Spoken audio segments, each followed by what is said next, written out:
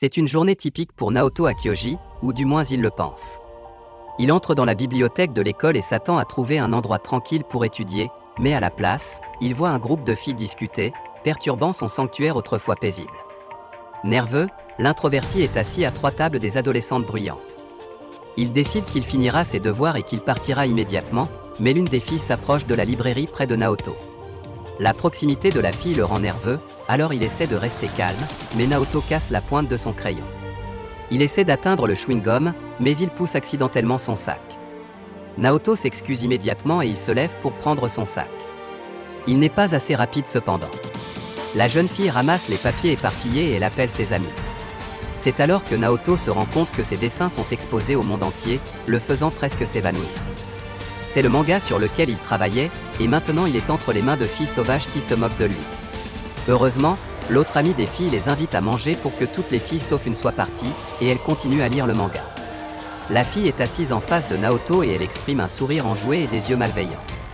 Même si le regard de Naoto est collé au sol, il remarque finalement qu'elle le fixe. Elle se présente comme une étudiante de première année et elle demande s'il est en 2e année. Le balbutiant Naoto répond oui.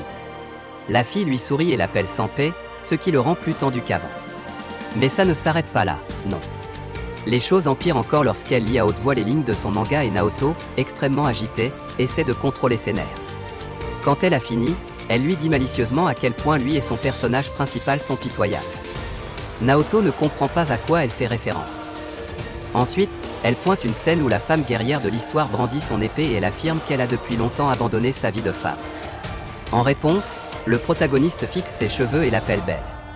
Elle en déduit que le personnage principal, un malheureux épéiste qui a rencontré une belle dame, est une représentation de Naoto. Cependant, Naoto n'arrête pas de dire qu'il ne comprend pas ce qu'elle veut dire.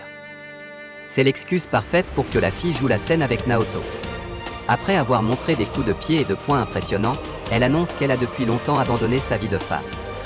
Mais quand vient le temps de se coiffer et de la complimenter, Naoto ne peut pas. Malgré sa détermination, il finit par s'arrêter au dernier, incitant le petit diable à le regarder avec un sourire malicieux. Satisfaite, elle annonce que c'est ce qu'elle veut dire. Seuls les mecs sexy peuvent faire quelque chose d'aussi suave que ça, et puisque le protagoniste est une représentation de Naoto, ce n'est pas pour lui. Peu habitué aux bouffonneries de la fille, Naoto tourne son visage pour éviter le regard de la fille. Cela ne fait que l'inciter à lui dire subtilement qu'il devrait regarder les gens dans les yeux pendant qu'il leur parle. Puis, elle s'approche, et elle commente que Naoto est un peu bizarre. Des larmes se forment dans ses yeux et la fille profite de la vue. Cependant, elle essuie ses larmes avec son mouchoir puis elle lui permet de le tenir. Avant de le saluer, la fille s'excuse, laissant le pauvre Naoto horrifié qu'une fille plus petite l'ait fait pleurer. Le lendemain, Naoto est sur le point d'entrer en cours d'art quand la fille d'hier arrive. Il lui rend le mouchoir et il se précipite rapidement dans la salle de classe. À l'intérieur, Naoto pousse un soupir de soulagement en pensant qu'il est à l'abri des bouffonneries de la jeune fille, mais lorsqu'il entend la porte s'ouvrir et le rire diabolique du petit étudiant de première année sadique, il se remet à trembler nerveusement. La fille remarque ce que Naoto dessinait et elle sourit. Sans avertissement, elle s'assoit en face de lui et elle dit qu'elle sera mannequin pour lui. Naoto dit qu'il n'est pas intéressé, mais avec la fille qui ouvre son chemisier de manière ludique, il détourne immédiatement le regard. Vaincu, Naoto crie « Bien, je vais te dessiner ». Même après quelques regards à la fille et à la toile vierge, Naoto ne dessine rien. Puis, pour booster sa confiance, elle lui dit hautainement qu'elle lui donnera une douce récompense s'il la dessine bien. Elle continue de le motiver en l'encourageant.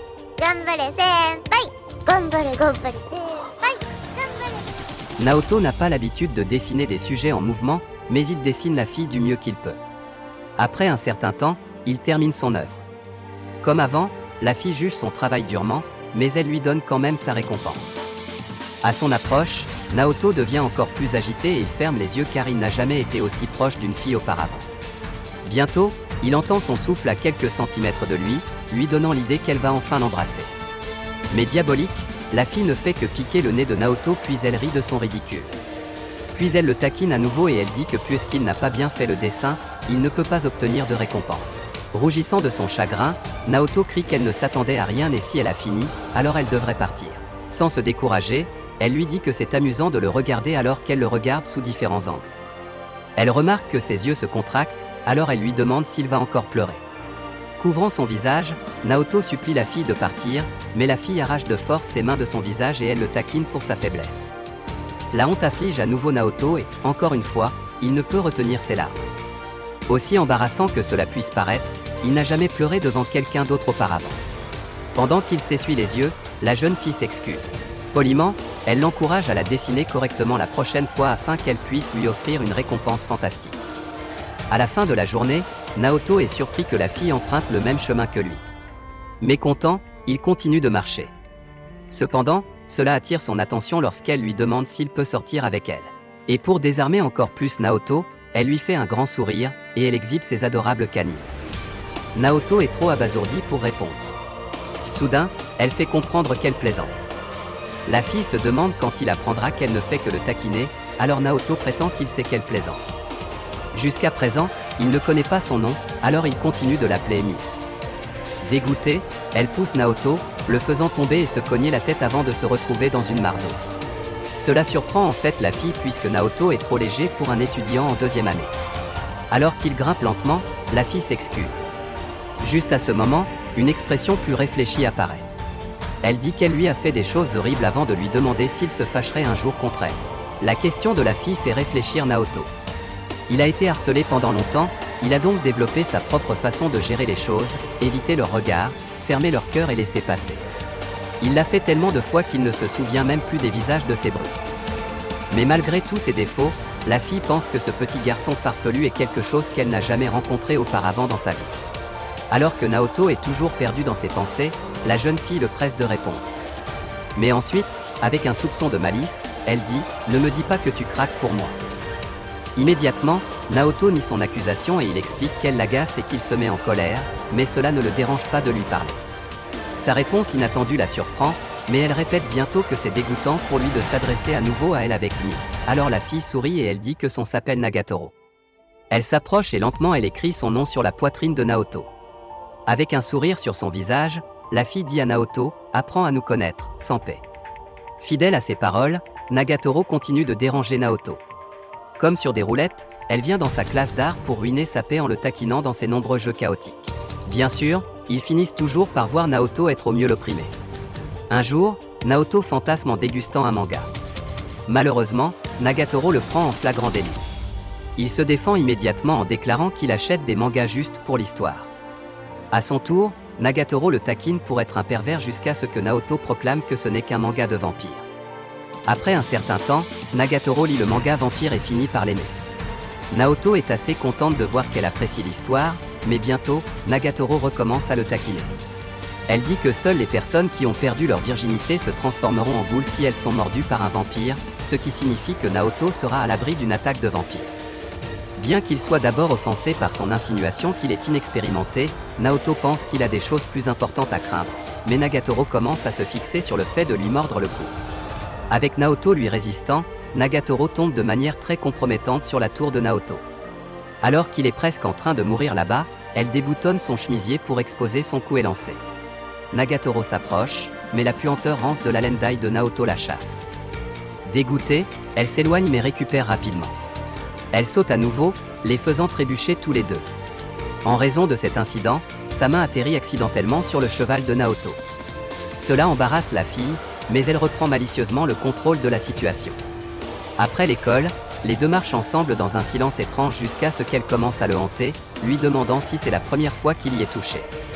Alors que Naoto est gêné, elle propose de le toucher à nouveau. Le garçon est abasourdi, laissant la fille s'approcher de sa main jusqu'à ce qu'elle attrape douloureusement son ventre. Naoto crie, faisant crier de joie Nagatoro avant de s'enfuir et elle le salue. Chez lui, alors que Naoto lit une scène de manga, il ne peut s'empêcher d'imaginer Nagatoro le toucher. Le lendemain, Naoto se rend dans un restaurant pour pouvoir dessiner tranquillement son manga. Au bout d'un moment, il voit Nagatoro avec son ami et quelques lycéens. Il en profite pour l'observer, et Naoto est vraiment content de la voir perverse Bula avec ses mecs aux larmes comme elle le fait avec lui. À sa grande surprise, elle ne les intimide pas du tout. En fait, elle est franche et désintéressée. Mais en raison de sa franchise calme, les deux garçons partent à regret et quand son ami pose des questions sur les garçons, Nagatoro lui dit simplement qu'elle les trouve ennuyeux. Alors que Naoto rentre chez lui, il est conscient qu'il est le seul garçon que Nagatoro intimide. Soudain, Nagatoro apparaît derrière lui, et elle dit qu'il est facile de repérer sa silhouette dégoûtante. Sans perdre de temps, elle commence à démontrer son rythme.